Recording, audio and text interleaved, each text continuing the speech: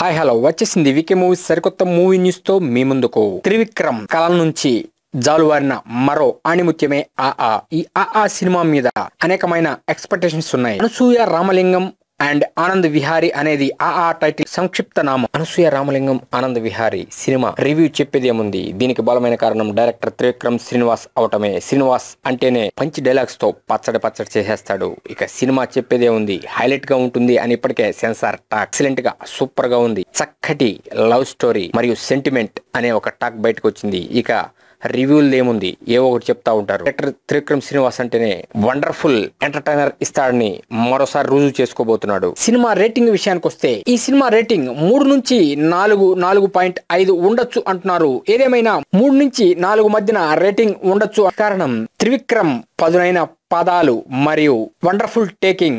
ఇప్పటికే audio bumper hit అయింది. ఈ దెబ్బతో ఈ సినిమా మీద ఇంకా ఎక్స్పెక్టేషన్స్ పెరిగిపోయినాయి. సినిమా రేటింగ్ 3 నుంచి 4 మధ్యన ఉండొచ్చు అనేది కన్ఫర్మ్ అంటున్నారు. కారణం ఇది చక్కటి లవ్ స్టోరీ, త్రివిక్రమ్ మనసు పెట్టి చేసిన సినిమా అంటున్నారు.